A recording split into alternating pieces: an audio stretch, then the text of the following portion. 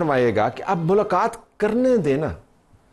ہم نے کہا کہ نیٹ فلکس کی مووی ہے لیکن آدھی پروڈکشن آپ بھی کرتے ہیں, آپ کی حکومت. دیکھیے طلعت صاحب, یہ نہ تو اڈیالہ جیل ابھی وجود میں آیا ہے, نہ یہ پہلے قیدی ہیں جو وہاں گئے ہیں. وہاں کیپیسٹی سے کوئی 2000 زیادہ قیدی میرے خیال ہے پڑے ہوئے ہیں. ملاقاتیں بھی ان کی ہوتی ہیں, سیاسی قیدی بھی رہے ہیں بہت.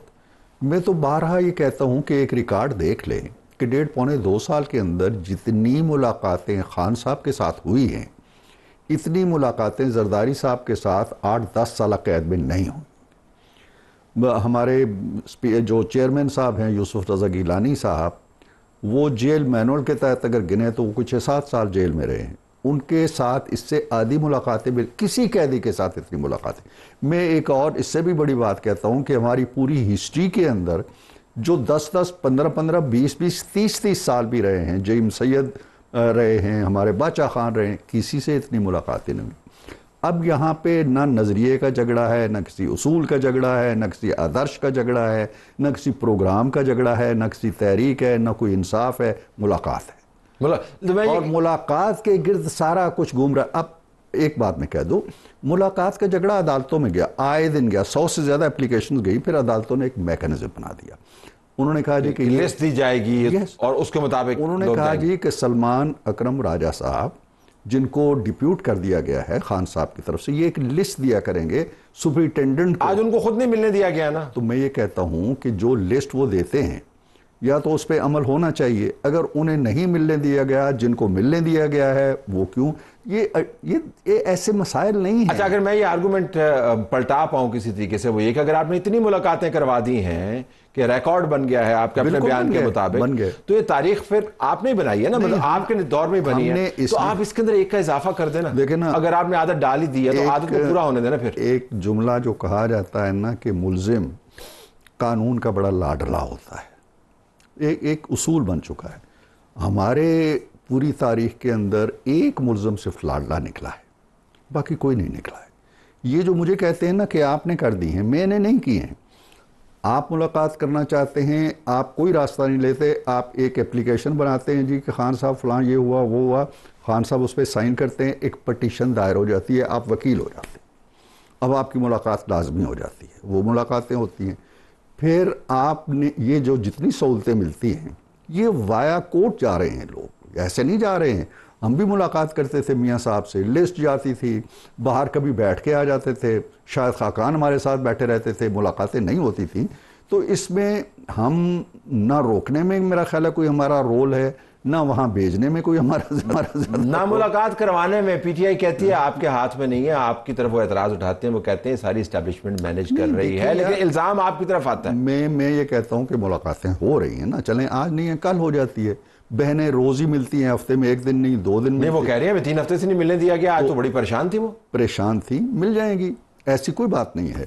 بات یہ ہے کہ ملاقات ہی منتہائے مقصود ہے. تحریک انصاف کے پاس کوئی کام نہیں ہے. اور لیکن جیل کے دروازے آپ نے کھلوائے نا, جب آپ کو عمران خان سے ملاقات کروانی تھی تو ڈیلیگیشن کی ملاقات کروا دی نا. پھر وہ مخصوص حالات کے اندر, لیکن مخصوص حالات کے اندر یا اگر کسی خاص ایک ایونٹ کا, یا یوں سمجھ لیں کہ کوئی کمپلشن ایسی آتی ہے, ملاقاتیں اس سے پہلے بھی مخصوص ملاقاتیں ہوتی رہتی ہیں. جلد دیکھیں جب یہ بھٹو صاحب کا معاملہ تھا, یہ ساری لیڈرشپ پی این اے کی بیٹھی ہوئی تھی سیالہ کے اندر, سیالہ سے نکال کے بھی ملاقاتیں ہو جاتی تھی, سیالہ کے اندر بھی لوگ چلے جاتے تھے. اب بھی دیکھیں اختر مینگل صاحب وہاں بیٹھے ہوئے ہیں, سنجرانی صاحب جا کے ملاقات کرائے ہیں, ہمارے اسپیکر صاحب. تو مخصوص حالات کے اندر مخصوص ملاقاتیں, کوئی ایسا عجوبہ نہیں. لیکن اسی دوران امریکہ سے ایک وفد آتا ہے اور اس کے بارے میں خبریں پھیلتی ہیں. آپ نے انصار بھائی صاحب کی سٹوری دیکھی ہوگی کہ وہ یا اس کا ایک نمائندہ یا اس کے قریبی لوگ جو ہیں وہ عمران خان سے ملاقات کرتے ہیں. کوئی بیک ڈور ڈپلومیسی چل رہی ہے آپ کی نظر؟ کوئی بیک ڈور ڈپلومیسی نہیں چل رہی. میں نے یہ خبریں بھی پڑھی ہیں, سنی ہیں, میڈیا بڑے وثوق کے ساتھ کہتا ہے. میں نے کل بھی آپ کا پروگرام بھی دیکھا اور نصرت جاوید بھائی کا بھی دیکھا, بڑے وثوق سے کہا جا رہا ہے. لیکن میری جو انفو ہے کہ ایسی کوئی ملاقات نہیں ہوئی عمران خان سے جیل کے اندر, کسی امریکی وفد کی کوئی ملاقات. ٹھیک, یہ میری معلومات ہے. ٹھیک. باقی یہ رہا کہ امریکی پاکستانی ہیں, پاکستان میں آتے ہیں, وہ کسی ہائی آفیشل سے ملنا چاہتے ہیں, ملیں, اپنی بات کریں اپنے نقطۂ نظر پہ. میں 2 قدم آگے جاتا ہوں, چلیں وہ خان صاحب سے بھی مل لیں. معاملات تو جب ہی طے ہوں گے نا کہ آپ خود اپنے اندر کوئی ایسی تبدیلی لائیں گے کہ ایک پیٹرن جو آپ کا بنا ہوا ہے, ایک شخصیت جو آپ نے اپنی بنا لی ہے, یا ایک حصار جو آپ نے اپنے گرد کھینچ لیا ہے. حصار ذرا مشکل لفظ ہے. ایک پنجرہ جس کے اندر اپنے آپ کو آپ نے بند کر لیا ہے, اس پنجرے کا دروازہ اب آپ نے کھولنا ہے. باہر تو اس کا تالا ہی, تالا آپ نے باہر لگایا ہوا ہے, دروازہ آپ اندر سے کھلوا رہے ہیں. باہر نہیں ہے. یہ جتنی مشکلات ہیں, جتنے مصائب ہیں طلعت بھائی, یہ جتنے انہوں نے اپنے آپ کے لیے کہہ لیں مشکلات پیدا کی ہوئی ہیں, اس کا سبب نہ میں ہوں, نہ آپ ہیں, نہ کوئی اور ہیں. یہ سب ان کے اپنا کیا رہا ہے. یہ ان کے اپنے دستے کرم کا معجزہ ہے جو انہوں نے کیا ہے. دیکھیں نا, 9/11 میں نے کہا تھا کہ جا کے کرو, یا آپ نے کہا تھا, یا میڈیا نے کہا تھا, کس نے کہا تھا؟ اس کے بعد سے آج تک وہ 9/11 پیٹرن سے نہیں نکلے ہیں. ان کا میڈیا ابھی تک وہیں اسی شام پہ کھڑا ہے. خان صاحب اسی موڈ میں ہیں. ان کے جو لوائقین ہیں وہ چلے ملاقاتوں میں چلے جاتے ہیں.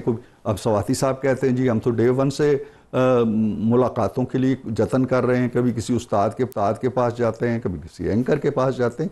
بھئی آپ کوئی لائن, استاد آپ تو نہیں ہیں کہیں؟ میں نہیں ہوں. آپ نہیں؟ میں نہیں ہوں.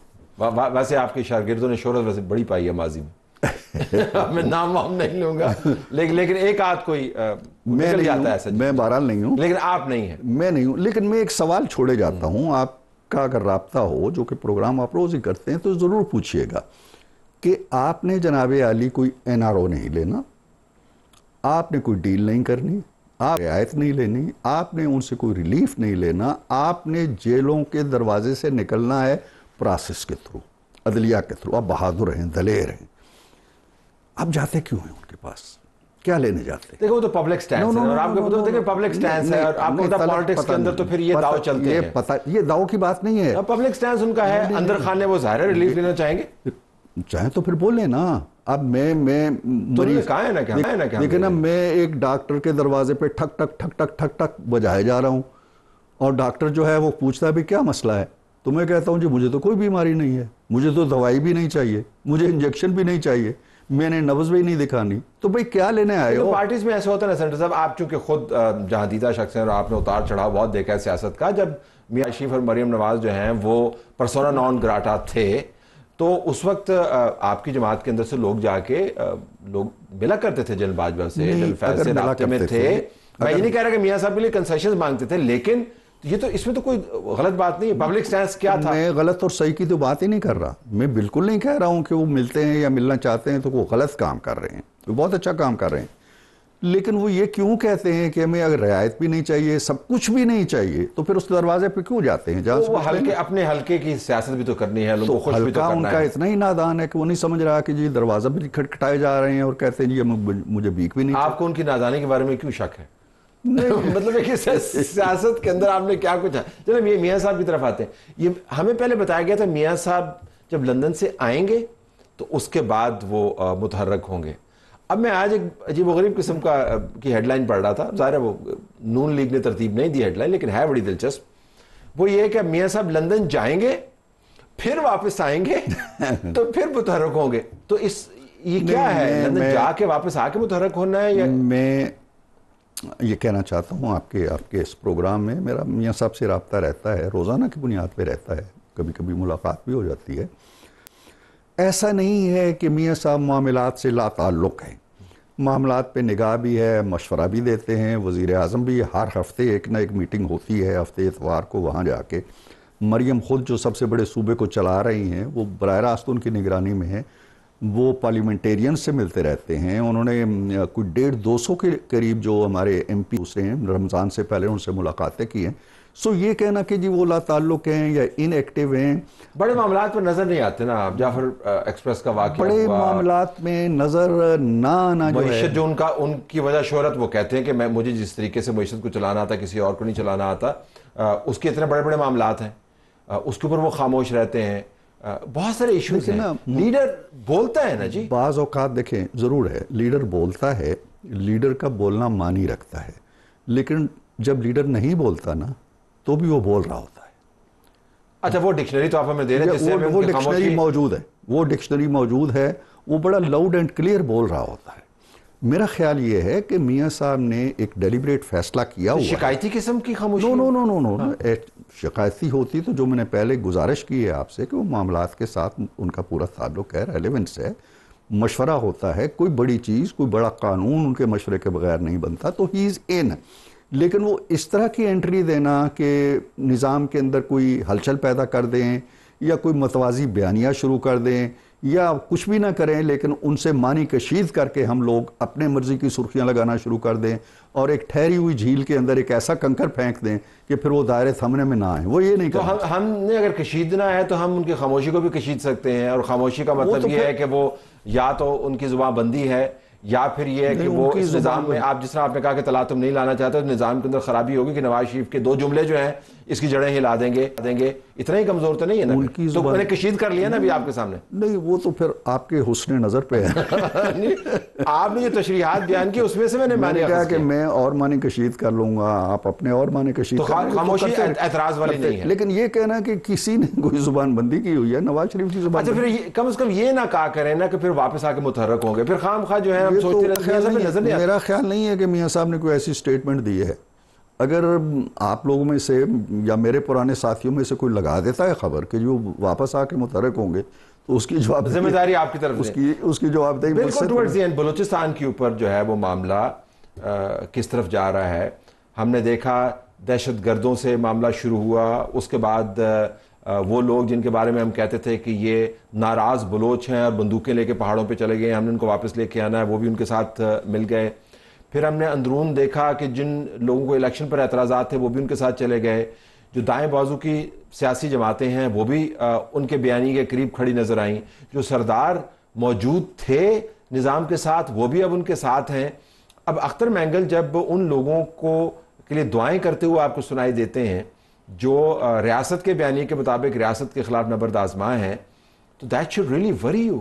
لیکن آپ یہاں پہ منرل کانفرنس کرا رہے ہیں، ادھر وہ جو بلوچستان کے اندر آگ لگی ہے، یہ ایک تضاد سا نظر آتا ہے۔ نہیں، تضاد نہیں ہے، کوئی ملک ایسا نہیں ہے جس کے اندر ایک طرف اس طرح کی پازیٹیو کنسٹرکٹیو سرگرمیاں نہ ہو رہی ہوں یا ہو رہی ہوں اور ملک کے اندر کوئی نیگیٹیوٹی موجود نہ ہو۔ انڈیا کے اندر آپ دیکھیں معاملات آگے چل رہے ہیں، کتنی ریاستوں کے اندر حکومتیں تلپٹ ہو جاتی ہیں، کبھی گورنر راج لگ جاتا ہے، کبھی کوئی آزادی کی تحریک آ جاتی ہے، کبھی خالصتان موومنٹ کی ووٹنگ ہو رہی ہوتی ہے دنیا بھر کے اندر، تو ایشوز چلتے رہتے ہیں۔